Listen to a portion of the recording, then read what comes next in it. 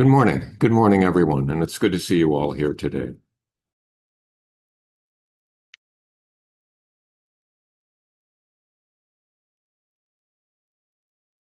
Well, in recent weeks, we've been discussing the platform Sutra, the life and teachings of Hui Neng, a 8th century Chinese Zen teacher, the so-called 6th patriarch.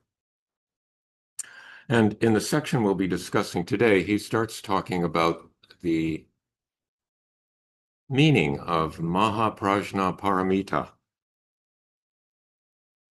Mahaprajna Paramita. And he's referring to a vast trove of literature, probably much of which was composed around the time of 100 CE or a little before, and contributed to over the course of a couple centuries afterwards.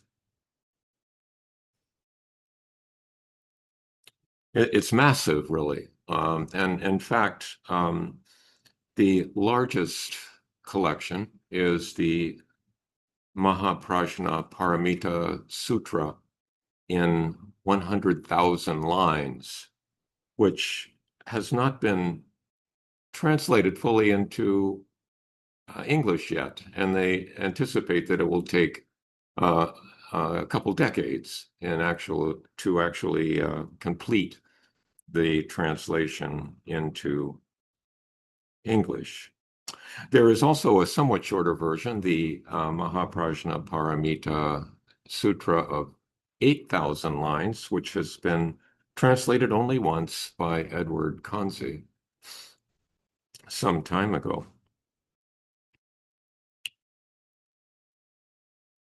Anyway, the theme of, or at least one major theme of all of this literature is shunyata, or what is translated as emptiness.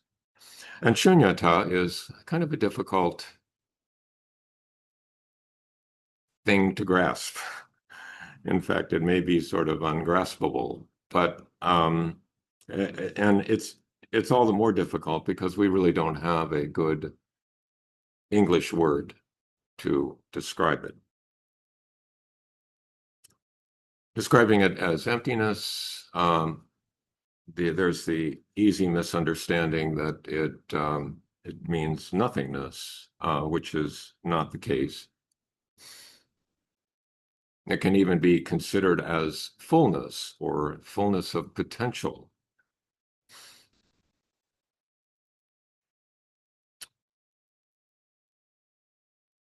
When in northern India, the concept of zero was derived in the mathematical community. They called it shunya as kind of a placeholder. And depending on where zero is located with respect to the decimal point, it can either be tens or hundreds or thousands or godzillions. So it has the potential for basically anything. It serves as a space, a placeholder.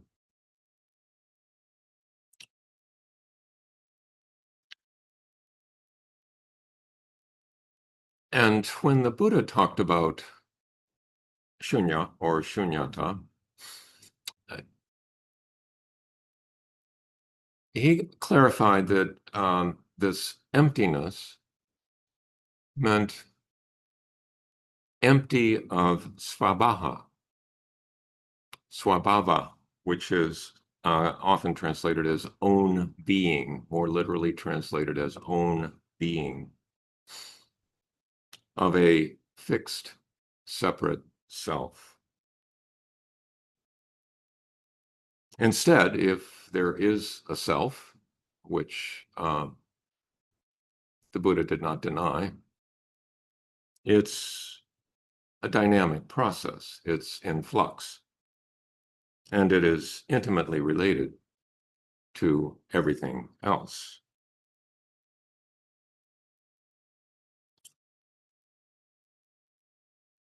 Oftentimes in the Mahayana literature, there's the use of negation as a means of conveying an idea.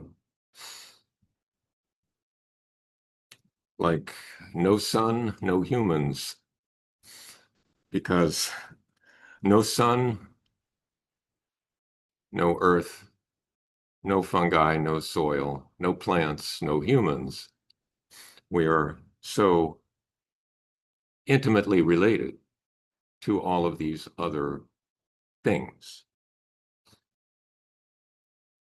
In fact, entirely dependent upon them.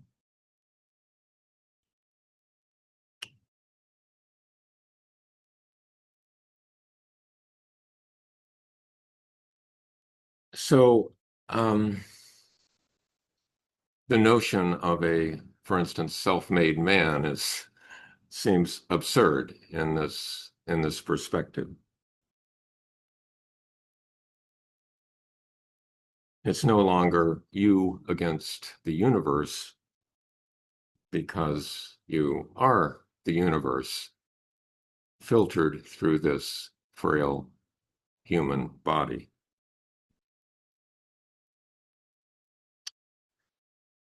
The most condensed version in the Mahaprajnaparamita literature is the Heart Sutra, which many of you are familiar with.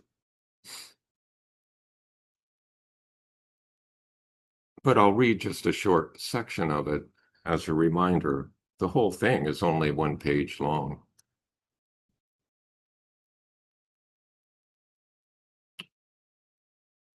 Avalokiteshvara Bodhisattva, when deeply practicing prajna paramita, clearly saw that all 5 aggregates are empty and thus relieved all suffering. Shariputra, form does not differ from emptiness. Emptiness does not differ from form. Form itself is emptiness. Emptiness itself form. Sensations, perceptions, formations, and consciousness are also like this. Shariputra, all dharmas are marked by emptiness. They neither arise nor cease, are neither defiled nor pure, neither increase nor decrease.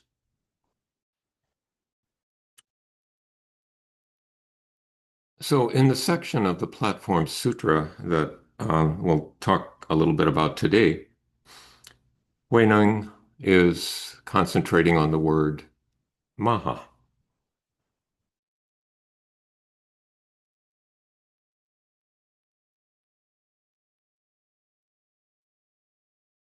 And he says, good friends, now that you have finished taking refuge in the 3 treasures, each of you should clear your mind, and I will convey to you the teaching of Maha Prajna Paramita. Good friends, you may have chanted this without understanding it, but if you listen, I will explain it. Maha Prajna Paramita is Sanskrit. In our language, it means the great wisdom that leads to the other shore. This teaching must be practiced and not simply chanted with your mouth. If you chant it with your mouth, but don't practice it, it's like an illusion or a mirage. But the Dharma body of those who practice it is the same as a Buddha's body. What does Maha mean? Maha means great.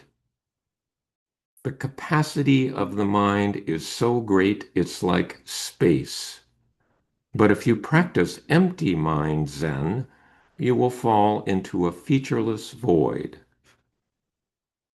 In this world of ours, space has room for the sun and the moon and the stars, the earth and its mountains and rivers, every plant and tree, bad people and good people, bad teachings and good teachings, heavens and hells, all of this exists in space.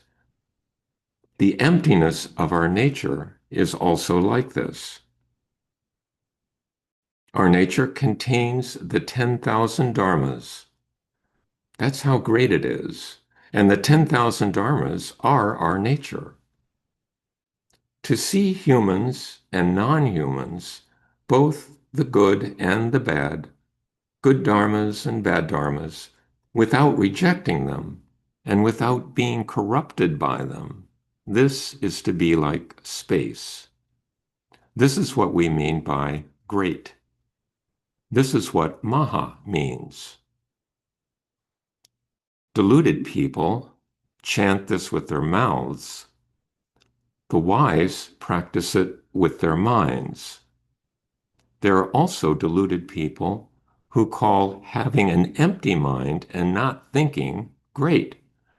But this isn't how it works. The capacity of the mind is great, but if you don't use it, it's small. If you merely talk about emptiness with your mouth, but don't practice this practice, you're no disciple of mine.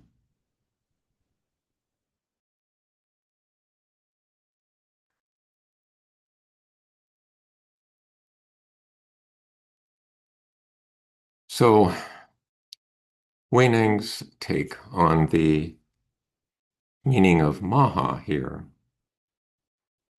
the meaning of great, is to see humans and non-humans, both the good and the bad, good dharmas and bad dharmas, without rejecting them, but also without being corrupted by them.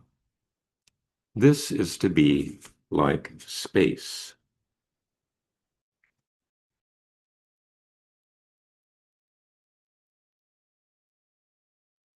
So, Hui Neng is encouraging us not only to think about these things, but to practice them in our daily lives. Before Hui Neng was elevated to being the sixth patriarch, he was a wood gatherer and a kitchen worker, a lay person. So, an extraordinary biography for someone who has had such a profound effect on the Buddhist community.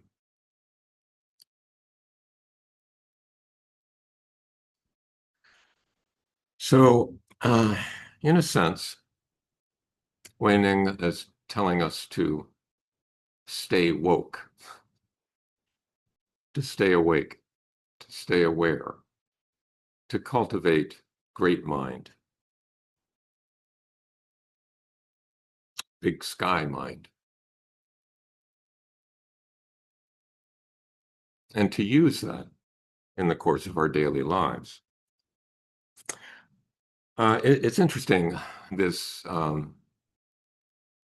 phrase, stay woke, actually was coined, as I understand it, during the 1920s in Harlem, and it referred to advice to be careful, to be aware of dangers when you travel in the South.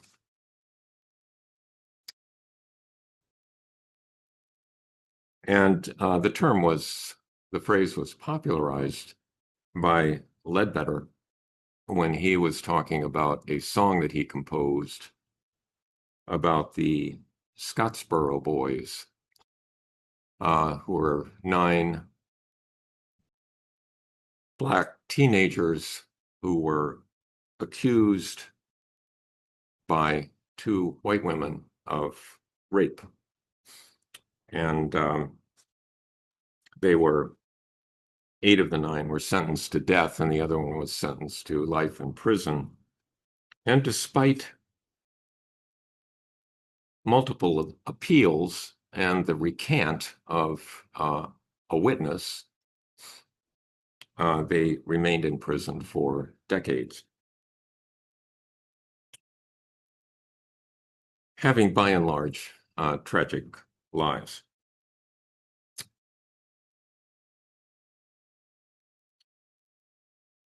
So the phrase came up again during the Black Lives Matter movement following George Floyd's murder, and stay woke was a slogan. And then that became, interestingly, woke became, interestingly, a pejorative term, which seems ironic.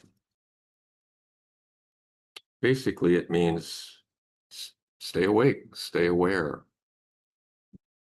be aware of what's going on in the larger context.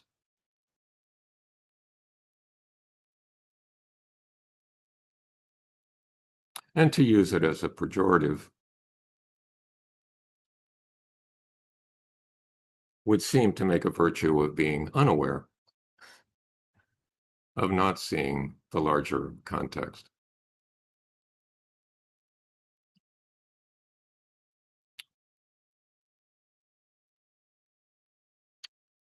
So, Hui Neng's advice to us is to see humans and non-humans, both the good and the bad, both good dharmas and bad dharmas, without rejecting them and without being corrupted by them. This is to be like space.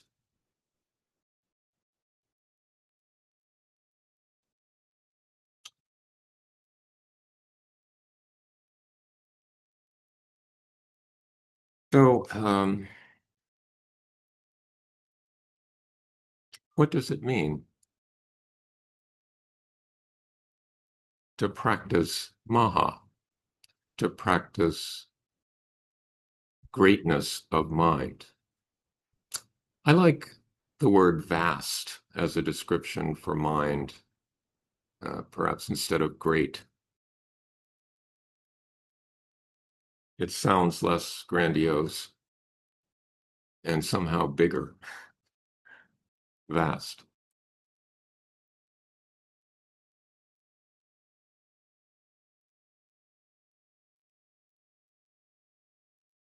And then in attempting to practice this Maha, what can we do? What can we do when we feel the mind getting more narrow and constrained? What practices or reminders are helpful?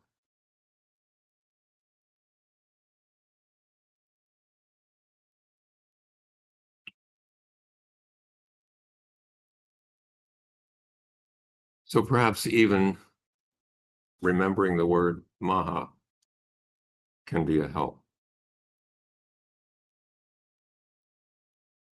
So I think I'll leave you with that, and we'll go into breakout rooms. I appreciate your listening today, and we'll be back in a few moments.